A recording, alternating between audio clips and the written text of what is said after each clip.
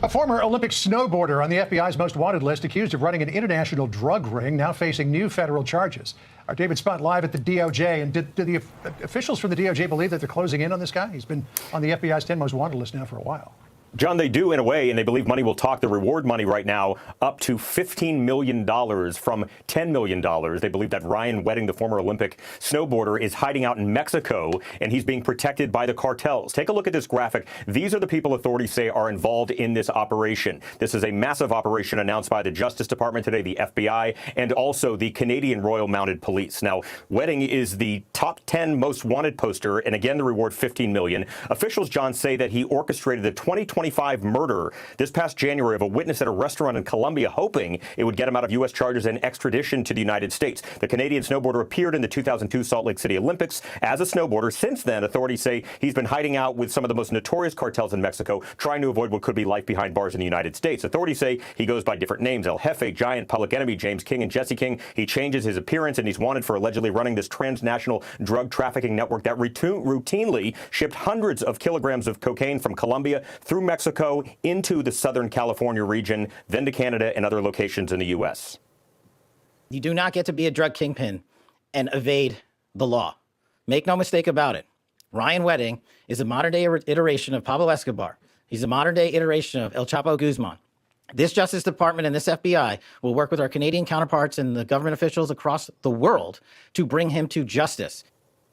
Any information, you can call 1-800-CALL-FBI or submit a tip online anonymously, tips.fbi.gov. Again, a $15 million reward.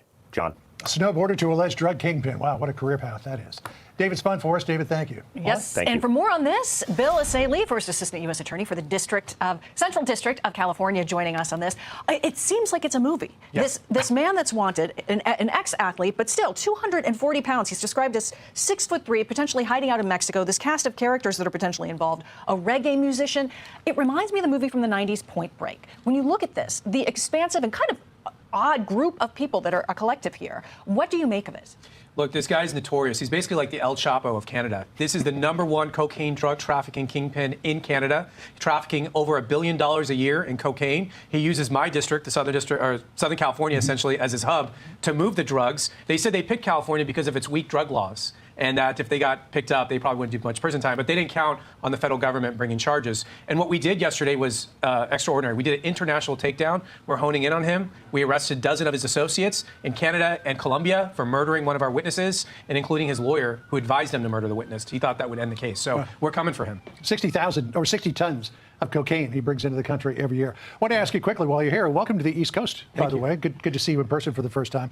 The Trump administration is suing California over its redistricting plan. What we saw in Texas with the 3-judge panel, do you think that helps or hurts the president's case? You know, it's really ironic because the judges in Texas said that the districts were racially drawn. I haven't seen the evidence of that, and I'm not sure what the court based that on. Our lawsuit in California says just that. California used race. They wanted to draw Latino districts, and they said that. This isn't a theory or something. The legislators said that when they were passing this map, that they wanted an additional Latino district. So if that is enough to strike down the Texas map, then this one should get stricken down as well. Although the Texas maps, we do believe, are lawful and constitutional, and we do think that's going to make its way quickly up to the Supreme Court. Well, that would mean that the California redistricting would probably be legal, too.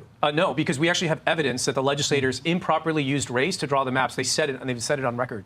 And we're going to have a court hearing on December 3rd, and we'll get an answer very quickly. Well, it's interesting. You know, the Brennan Center for Justice talks a lot about this, and that there are some 98 cases that are being tracked with legal challenges related to gerrymandering. All told, they report 49 cases raised allegations of race discrimination, often including, referring back to the Voting Rights Act, to various other state constitutions, racial gerrymandering. What do you make of that being used so frequently in these lawsuits? You know, that's the one thing the Supreme Court's looking at is a provision of the Voting Rights Act that we think sometimes does get abused in the way they use to strike down these maps. But what is not going to get stricken down is when legislators intentionally and affirmatively use race to draw some of these districts where there's no history of racial discrimination. And that's what we're alleging in California. They went out of their way to draw a Latino district. And again, both assembly members and state senators said so. And the guy who drew the maps, the guy the Democrats hired to draw the maps, said our #1 priority is to draw a Latino district. All right. Well, we'll see where this all goes. Plenty of court challenges. Great to see you on the East Coast. Thank you. Thanks Appreciate for having it. me. Good to see you on the Much air luck all on the that time. manhunt as well. Very fascinating. I'm Steve.